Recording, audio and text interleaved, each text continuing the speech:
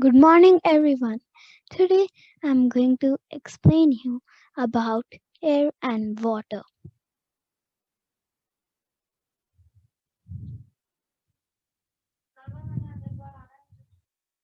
Air and water.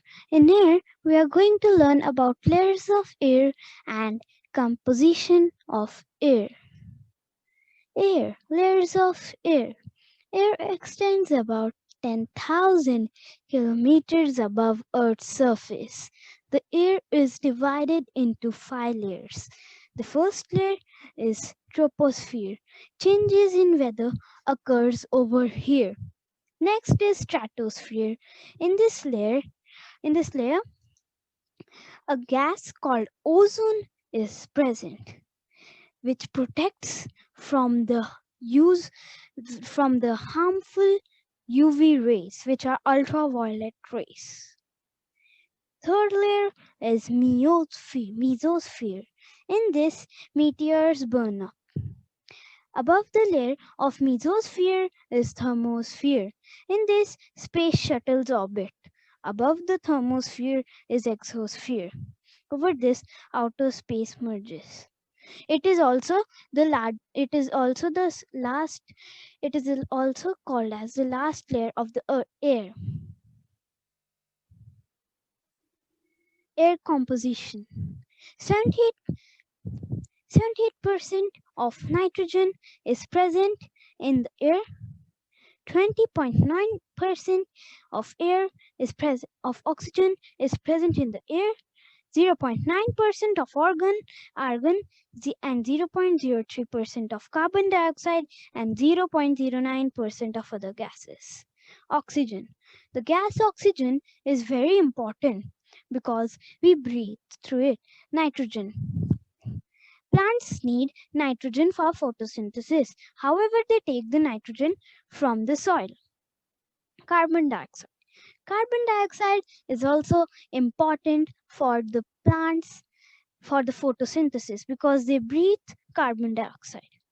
Next, water. In water, we are going to learn about the impurities in drinking water, removing insoluble substances, and removing soluble substances, and pure and safe water. Impurities in drinking water. We all know that pure water is colorless, tasteless, and odorless. If the water is mixed with sand, mud, and dirt and germs, it will have impurities, and these substances will be called as impurities. There are two types of impurities: soluble impurities and insoluble impurities. First, insoluble impurities.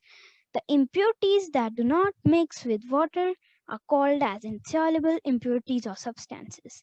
Example, mud. Second, soluble impurities or substances. The substances or the impurities that mix with water are called as soluble impurities. Example, salt and sugar. Next, removing insoluble substances or impurities. If you have by mistakenly added some insoluble substances or impurities, you should take these steps to remove those insoluble substances or impurities. First, we should do filtration. If you don't want to do filtration, you can do sedimentation and decantation. First, in filtration, I'll see you about an activity or explain you by an activity. So in first beaker, wait a minute.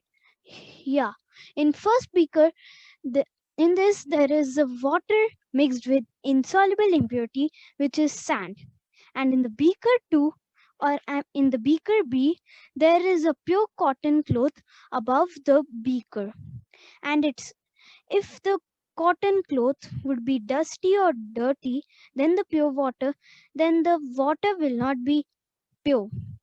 So, in this, we'll put the water from the beaker A to the beaker B. By this, all the dust which is there would be would be on the would be on the pure cloth, which is pure cotton, and the water. And by this, we can make pure water.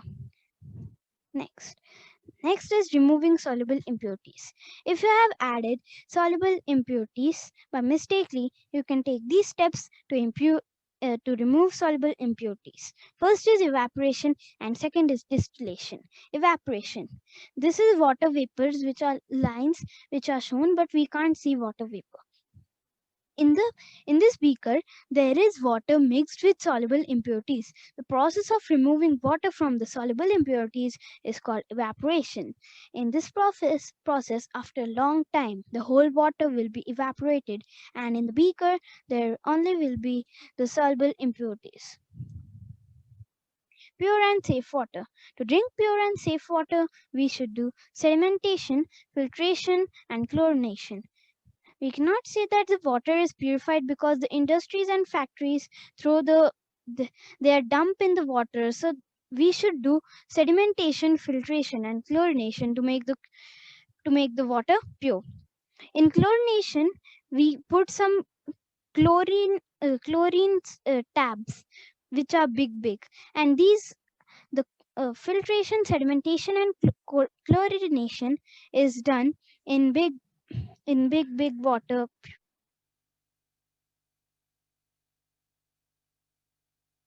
Thank you for paying attention and attending my speech.